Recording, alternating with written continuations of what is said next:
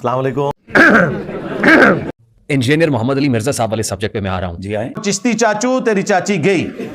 ہاں, انجینئر محمد علی مرزا پہ 295C لگا دی گئی کیونکہ ان کا مسئلہ صرف میرے ساتھ ہے, کیونکہ میں نے منجی ٹھوکی ہے. ہاں, از اٹ جسٹیفائڈ؟ جی بالکل. کیسے؟ نقل کفر کفر نباشت. ہاں, لیکن اگر کہانی شروع ہونے لگی ہے. ماشاءاللہ. بات یہ ہے کہ نقل کفر کفر نباشت یہی جہالت ہے کہ اس کو گہری نظر سے پڑھا نہیں گیا. یہ تو لیٹسٹ نیوز ہے. اس کو سمجھا ہی نہیں گیا کہ نقل کفر کفر نباشت یہ ایک اصول تھا, ضابطہ تھا, اس کو عوام میں اتنا پھیلا دیا گیا کہ نقل کفر کفر نباشت. یہ سارا انجینئر کا وہ پھیلایا ہوا فتنہ ہے. لوگ علماء سے اسلاف سے متنفر ہو رہے ہیں. یہ محاورہ بات ہے نقل کفر کفر نباشت. درست ہے کہ نقل کفر کفر نباشت, لیکن ہر جگہ نہیں. قرآن مجید نے نقل کفر کیا ہے. قالت الیہود عزیر ابن اللہ, یہودی کہتے ہیں کہ عزیر اللہ کا بیٹا ہے. اچھا, لیکن یہ نقل کفر کیوں کیا گیا ہے؟ اس کو رد کرنے کے لیے. کیا بولا تو نے؟ ذالک قولہم بافواہہم, یہ ان کے منہ کی باتیں ہیں. اللہ ان کو مارے, یہ کیا باتیں کر رہے ہیں؟ یہ ڈونکی راجہ فلم یہاں پہ ختم نہیں ہوئی. تو نقل کفر کہاں کفر ہوتا ہے اور کہاں کفر نہیں ہوتا, جن کتابوں میں یہ رول لکھا ہوا ہے ان کے آگے ڈیٹیل بھی لکھی ہوئی ہے. ہاں, انہوں پتہ ہی نہیں کیا ہونا ہے کہ انجینئر محمد علی مرزا صاحب کے جیسے سٹیٹمنٹ کے اوپر 295C لگائی, وہی سٹیٹمنٹ درخواست دینے والے نے بیان ہی اس درخواست میں لکھ کے پھر اس درخواست دینے والے پہ بھی 295C لگائے. اگر اپنی منجی ٹھوک گئے تھے. آپ میرا جواب پورا نہیں دیتے تو یہ سوال ہی نہ کرتے. پرچہ کرنے والے پہ بھی 295C لگائے سر, آئیو کے اوپر بھی لگا دیں سر. یہ بڑا چھکا مارا ہے جی, مزہ آ گیا. ادھر پائی تو انہوں اصل مسئلہ دسنے کی ہے اے ویکانڈ. یہ بات ہی بالکل الزام غلط ہے. یہ بات اس طرح ہوئی نہیں ہے. اس کو اب سمجھیں گے ہوا کیا تھا. میں نے کہا تھا کہ کافر یہ کہتے تھے, تو یہ بتائیں یہ میں نے کہا یہ کافروں کی سٹیٹمنٹ نوٹ کی, کافروں کی, لہذا یہ کفر تو نہ رہا کیونکہ نقل کفر کفر نباشت. اچھا, اس کے بعد اگلا سوال صرف ایک ہو سکتا ہے, وہ یہ ہے کہ یہ لکھا کہاں ہوا ہے. رکو ذرا, صبر کرو, یہ تو ہم بعد میں بتائیں گے. پہلے تو معافی مانگو نا کہ تم نے اس کے اوپر گستاخی کا الزام لگایا.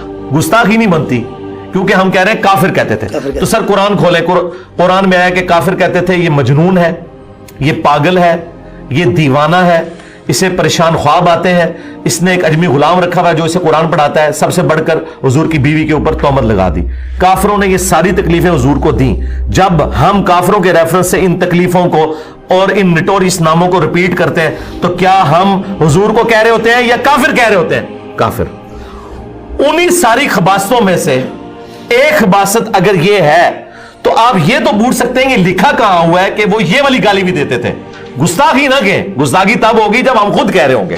یعنی اگر میں نبی علیہ السلام کو خود مجنون کہوں پھر گستاخی, اگر میں کوئی کافر کہتے تھے پھر کوئی گستاخی نہیں. میں آپ نے میرا یہ سوال جلدی کر دی, میرا جواب سننے سے پہلے یہ آپ نے داغ دیا سوال. ٹائم قیامت تک ہے, جرت کرو. مسئلہ یہ ہے کہ نقل کفر کفر نباشت, نقل کفر کی کئی صورتیں ہیں. نقل کفر کیا جائے اس کو رد کرنے کے لیے, بھئی ہمیں بتانا ہے قرآن و سنت میں کیا لکھا ہے. نقل کفر کیا جائے کسی کو آگاہ کرنے کے لیے کہ یہ کلمہ کفر ہے, اس کو آپ نے نہیں کہنا ہے. میں آپ کو ایک لطیفہ سناتا ہوں. نقل کفر کیا جائے کسی جگہ گواہی دینے کے لیے کہ فلاں بندہ یہ کہہ رہا ہے. ٹھیک ہے. نقل کفر کیا جائے تعلیم کے لیے, فتویٰ کے لیے کہ بھائی پوچھا جائے کہ یہ اس کا کیا ہے تو اس کا جواب دے. اچھا. لیکن اگر نقل کفر کیا جائے آپ کسی اور مقصد کے لیے جس میں اپنے آپ کے لیے یا ویسے تمسخر کے لیے آپ نقل کفر کر رہے ہیں تو کفر ہے. توبہ کرتے رہتے شیطان چڑھے ہیں. مجھے یہ بتائیے تو جس جگہ یہ دیکھیں, مجھے ایک چھوٹا سا سادہ سا سوال ہے, اسی کے آگے یہ بات لکھی ہوئی ہے. سارے بزرگ جو ہے نا وہ کہانی ہی کرا کے گئے تھے کہ اگر کوئی شخص کسی حوالے سے نقل کفر کرتا ہے, اس کا انشاء کرتا ہے اس حوالے سے کہ اس کو تاکہ لوگوں میں وہ کفر پھیلے. ابھی بدت ہے بھائی, ابھی بدت ہے. گستاخیاں تو تمہارے بزرگوں نے کی ہوئی ہیں. چشتی رسول اللہ پارٹی, کشف المحجوب کی صاحب اور سکر کی عبارتوں والی پارٹی, وہ کہتے کافروں کے بارے میں آیا تھا. وہ تو پورا قرآن ہی کافروں کے بارے میں نازل ہوا تھا, تو کافروں نے اسلام قبول کیا. اس کے بعد کوئی آیت ایسے نازل نہیں ہوئی کہ بھئی کافر چونکہ اب مسلمان ہو چکے ہیں, اب لہذا جو بعد میں پیدائشی مسلمان ہیں ان کے لیے قرآن کوئی نہیں ہے. اس کے اوپر میں نے بڑا ڈیٹیل لیکچر دیا, مسئلہ 154, کیا قرآن پاک کی آیات جو ہے وہ کافروں والی آیات مسلمانوں پہ لگیں گی یا مسلمانوں والی کافروں کے اوپر. اس میں نے ڈیٹیل سے اس ایشو کو ایڈریس کیا. خوارج والا ایک ایٹیٹیوڈ تھا, وہ ایک الگ چیز ہے, لیکن قرآن حکیم کی آیات آفاقی ہیں. اور اس میں نے حالیہ ایک بہت بڑی پھکی دی ہے کہ یہ جو اکثر جو لوگ یہ راگ الاپ رہے ہوتے ہیں اور دوسروں کو گستاخ رسول کہہ رہے ہوتے ہیں اور پڑھ کے قرآن سے وہ ایک ہی آیت پڑھتے ہیں سورہ قلم کی, بعد ذالک زنیم, کہ گستاخ رسول جو ہے وہ اس کی اصل میں خطا ہوتی ہے, آؤٹ آف ویڈ لاگ پیدا ہوا ہوتا ہے, حلالی نہیں ہوتا. تو پھر میں کہتا ہوں کہ یہ تو ولید ابن مغیرہ کے بارے میں نازل ہوئی تھی, تو یہ تو کافر والی آیت ہے. یہ آپ بریلوی علماء جو ہیں دیوبندی اہل حدیث اور شیعہ کے اوپر کیوں لگاتے ہیں؟ یہ تو آیات کافروں والی ہیں. مسلمان کے بارے میں تو کہیں نہیں آیا کہ مسلمان کوئی گستاخ رسول ہو تو وہ یہ ہوگا, یہ تو کافر کے بارے میں تھی. تو کہیں گے نہیں نہیں وہ ایٹیچیوڈ کی بات ہے, جو بھی وہ حرکت کرے گا اس پہ فٹ ہوگا. تو سر آپ بھی جو حرکتیں کر رہے ہیں وہ چاہے بتوں والی آیات ہیں چاہے وہ کافروں والی آیات ہیں, آپ پہ بھی فٹ ہوں گی. قرآن پاک کی آیات آفاقی ہیں, جسے فٹ اسے گفٹ. ٹھیک ہے, قل ان کنتم تحبون اللہ فاتبعونی, یہ آیات تو یہودیوں کو ٹانٹ کیا گیا تھا, وہ کہتے تھے ہم اللہ والے ہیں. تو فرمایا گیا کہ اگر اللہ سے محبت کرتے ہو پھر اس نبی کو بھی ماننا ہوگا. نبی علیہ السلام سے ان کو چڑ تھی. تو یہ آیت بھی یہودیوں کے بارے میں ہے, لیکن کیا میلاد کے جلسوں میں یہ آیت نہیں پڑھی جاتی ہے کہ رسول اللہ صلی اللہ علیہ وآلہ وسلم کی جو اتباع ہے اسی کے اندر اللہ کی محبت چھپی ہوئی ہے؟ تو یہ تو کافروں والی آیت ہے, یہ کیوں مسلمانوں پہ لگا رہے ہوتے ہیں, کیوں مسلمانوں کو سنا رہے ہوتے ہیں؟ وہ کہتے ہیں نہیں آفاقی ہیں. تو یہ آیات بھی آفاقی ہیں. کفر کا مطلب ہے ناشکری کی روش, انکار عمل سے بھی ہو سکتا ہے, عقیدے سے بھی. یا اپنی ذات کے جناب پرچارک کرنے کے لیے تو وہ کفر ہے. پوائنٹ ٹیکن سر. پھر آپ کو پتہ ہے جب بھی ہم کوئی دینی بات کریں اللہ تعالیٰ کی غیبی مدد ہمارے ساتھ آتی ہے. سن لیجئے, پروفٹ جیسس کی آپ کے اعتبار سے مڈل ایسٹ میں آئے, یروشلم میں آئے, ٹھیک ہے, یروشلم مڈل ایسٹ میں ہے, لیکن ان کی ٹیچنگ کا ڈومیننس یروشلم میں ہی نہیں ہے. ٹھیک ہے, یروشلم میں اس وقت کون ہے؟ یہودی پاور میں ہے. جو یہودی حضرت عیسیٰ کو نہیں مانتے, حضرت عیسیٰ کو تو وہ دجال مانتے ہیں, حضرت عیسیٰ کو تو وہ دجال مانتے ہیں.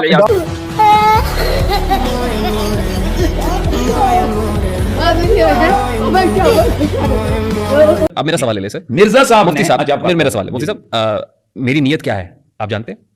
نہیں جانتا. یہاں جتنے لوگ بیٹھے ہوئے ہیں ان کی نیت آپ کو پتہ ہے؟ نہیں پتہ ہے. کہ ورنہ تانوں پتہ ہے میں جویں دے گریبان چ ہاتھ پایا کسے نہیں پایا. کون جانتا ہے سر؟ اللہ جانتا ہے, اللہ رب العزت جانتا ہے. تو انجینئر محمد علی مرزا کی نیت مفتی حنیف قریشی صاحب کو کیسے پتہ چل گئی؟ اڈے ہاسے ایسا رہیں جائے ساری انہیں لیک بند کر دیتی ہے. زبردست ہو گیا. اچھا یہ ایک بات ہے, جس جگہ مرزا صاحب کے اوپر جو یہ ایف آئی آر ہوئی ہے, جہاں انہوں نے یہ گفتگو کی ہے, آپ نے اس کا راؤنڈ اباؤٹ پورا سنا ہے؟ محمد سوال دا جواب دے, ایک کڑی گل تو کر رہا ہے.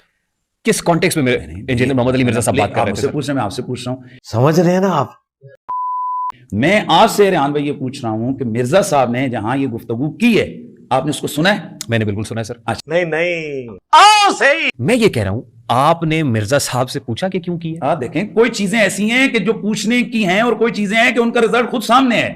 لیکن ایک سیکنڈ, اس کے علاوہ اور بہت ساری جو ہے نا وہ تعویلات ہیں. مثلا یہ جو مرزا صاحب جو ہے نا اپنی انہوں نے بنائے ہوئے لوگوں کو کہتے ہیں کہ میرا جھنڈا لوائی اعظم من لوائی محمد, میرا جھنڈا محمد صلی اللہ علیہ وسلم کے جھنڈے سے بڑا ہے. ٹھیک ہے, اب اصل میں یہاں یہ بیک پہ نہیں جا رہے کہ یہ صوفیاء ایک ٹرم کے تحت یہ لفظ بول رہے ہیں. ٹرم کیا ہے؟ وحدت الوجود. یہ خاص کیفیت ہے, جذب کی خاص کیفیت ہے, یہ کوئی عام بات نہیں ہے. اور اس کے لیے حدیث شریف میں موجود ہے کہ اللہ کے نبی صلی اللہ علیہ وسلم نے فرمایا کہ 3 لوگ وہ ہیں کہ جن سے کوئی گرفت نہیں ہے. ایک بچہ جب تک بالغ نہ ہو جائے, ایک سوئے ہوا جب تک جاگ نہ پڑے, اور ایک معتوف یعنی جس کے عقل میں کوئی کمزوری ہو جب تک کہ وہ تندرست نہ ہو. تو جسے عام بیماری لگ جائے عقل کی, تو اس سے اگر کوئی کلمہ صادر ہو جائے اس حالت میں اس پر قابل گرفت وہ چیز نہیں ہے. میں اس کی طرف آ رہا ہوں. لیکن اگر کوئی جذبے عشق الہی میں اس کی لوہے دماغ چڑک گئی ہو, اس سے اگر اس قسم کا کوئی غلط کلمہ جو ہے نا وہ صادر ہو جائے تو اس کی تعویل کریں گے. اب میں اس کی تعویل کر رہا ہوں جو ہے نا لوائی اعظم من لوائی, میرا جھنڈا محمد کے جھنڈے سے بڑا ہے. صوفیاء یہ کہتے ہیں کہ یہ جس طرح حضرت موسیٰ علیہ السلام طور پہ گئے تو وہاں درخت میں سے آواز آئی انی انا اللہ رب العالمین, تو اللہ تعالیٰ بوٹے سے بول سکتا ہے, زبان ولی سے نہیں بول سکتا. اور پھر لوائی اعظم من لوائی محمد, بازید کے اس نعرے کا انہوں نے دفاع کیا کہ قیامت کے دن بازید نے کہا تھا نا کہ میں یعنی اس کی زبان سے یہ, بلکہ یہ الفاظ جو موجود ہیں وہ تو بڑے خطرناک ہے کہ بازید سے پوچھا گیا کہ بتائیں قیامت کے دن سب لوگ کس کے جھنڈے کے نیچے ہوں گے؟ تو اس نے کہا کہ میں اللہ کی قسم اٹھا کر کہتا ہوں کہ ساری مخلوقات محمد اور تمام انبیاء قیامت کے دن میرے جھنڈے کے نیچے ہوں گے. نعوذ باللہ من ذالک. تو مفتی صاحب نے اس کی تعویل کیا. جی اس کی تعویل میں یہ کرتا ہوں کہ ان کے منہ سے اس وقت اللہ بول رہا تھا. یہ پرانے بھی یہی کچھ کہتے تھے. تو اللہ کا جھنڈا تو محمد کے جھنڈے سے بڑا ہی ہوگا نا.